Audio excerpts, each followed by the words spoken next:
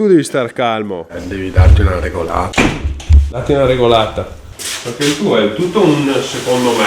Io dico non lo so. Bentornati nel progetto Impavida, un lavoro titanico dove dobbiamo andare a realizzare l'allestimento per lo stand fieristico proprio per Birra Impavida. Dovremo realizzare un macello di prodotti tra cui un'insegna LED wall, delle lattine spillatrici e altre figate del genere. Ma il problema rimane sempre uno. Mancano esattamente 43 giorni, 19 ore, 29 minuti e 58 secondi all'inizio della fiera e questo è il punto in cui siamo arrivati. Per quanto riguarda invece il ripiano console in rovere, abbiamo qua i primi pezzi già sezionati, dobbiamo sezionare la seconda tavola per andare a creare il ripiano top. Ma visto che me lo chiedete sempre, oggi vi porto con me a selezionare le tavole di rovere.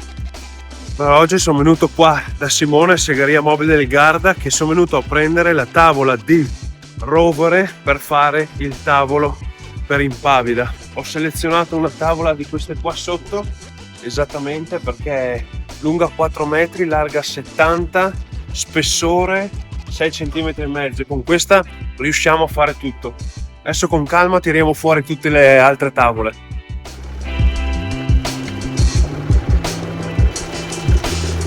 Ah, che bellezza, proprio questa qua sotto.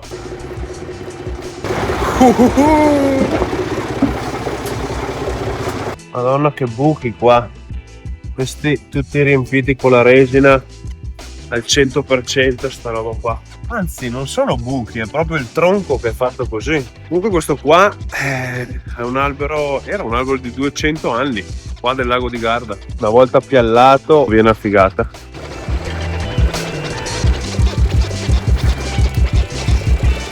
Fare le mensole invece probabilmente questa qua, ok, che è bella dritta, bella lunga, potrebbe andare alla grande, ma anche questa qua sotto. Per il tavolo purtroppo quella di prima non andava mica bene, non era così dritta, è un po' storta, si stringe un po' troppo là in mezzo, quindi bisogna selezionare altre tavole.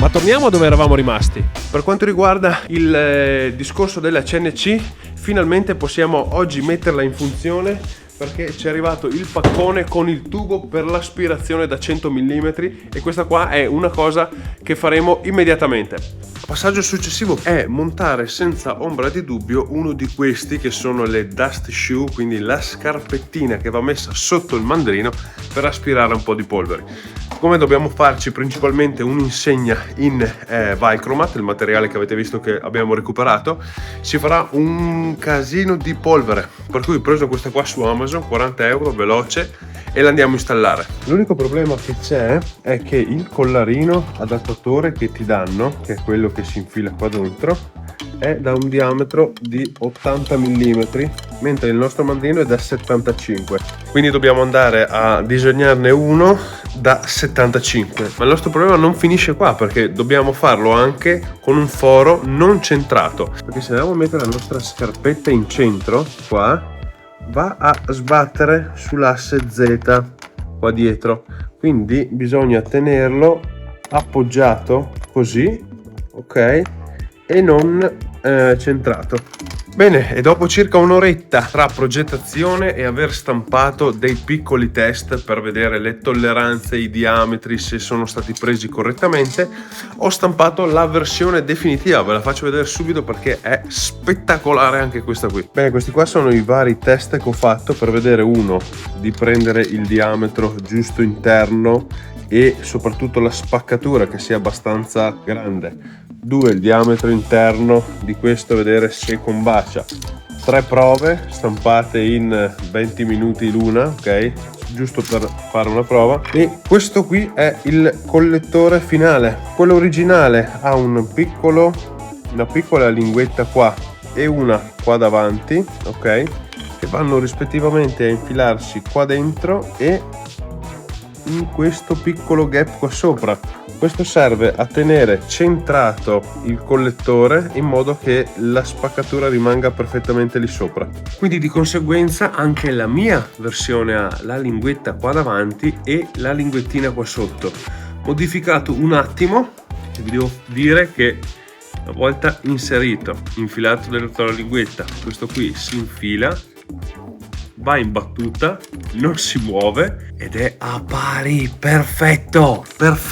Qua sotto si infila alla perfezione, come vedete va su e non tocca, lo metto centrato e questa è letteralmente inchiodata. Dopo di questo ci va la sua scarpettina davanti, tac, preciso.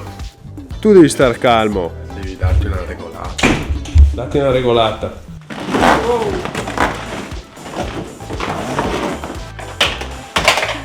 Rotto.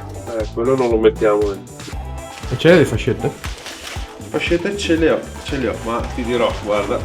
Quindi l'idea è tenere questo qua, attaccarlo su in qualche modo che sia fisso lì e quindi questo può essere libero di girare e il resto che va a fianco sotto per collegarsi all'aspiratore.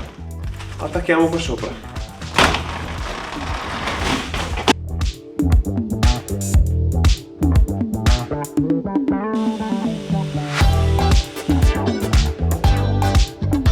Ok, abbiamo montato dentro qua una di quelle relay 220 che si collega col telecomandino radiofrequenze, collegato all'aspiratore, accendi e spegni. Vediamo un attimo quanto tira questo aspiratore e come funziona l'impianto.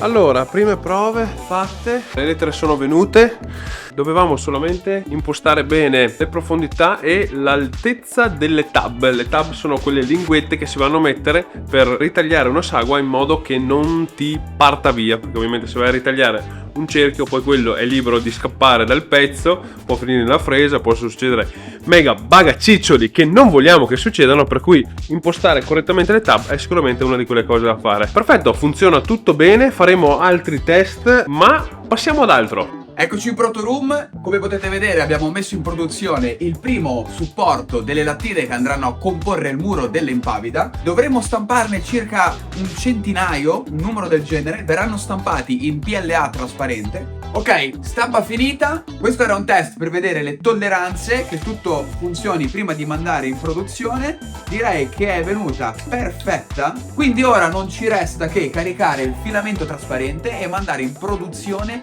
tutte le staffe. Altra questione che portiamo avanti oggi, non ci hanno consegnato la struttura della lattina, quella la vedremo un altro giorno, quindi l'altro lavoro che possiamo fare adesso è sezionare la seconda tavolona di rovere che ci servirà per fare il top del nostro ripiano. Perché il tuo è tutto un secondo me, io dico non lo so, non so io.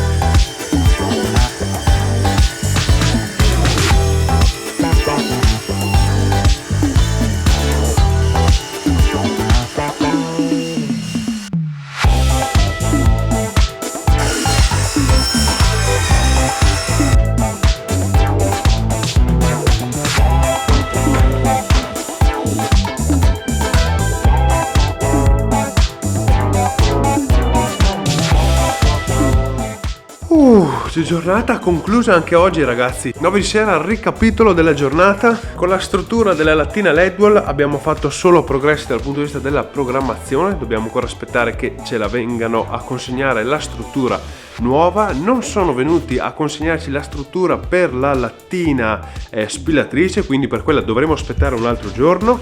CNC testata e operativa. Cominceremo da domani a fare i primi test effettivi di taglio per vedere le frese come vengono, scavi e programmare perfettamente la CNC. Tavoloni in cedro sezionati per fare il tavolo. Direi che oggi la giornata si è conclusa alla grande.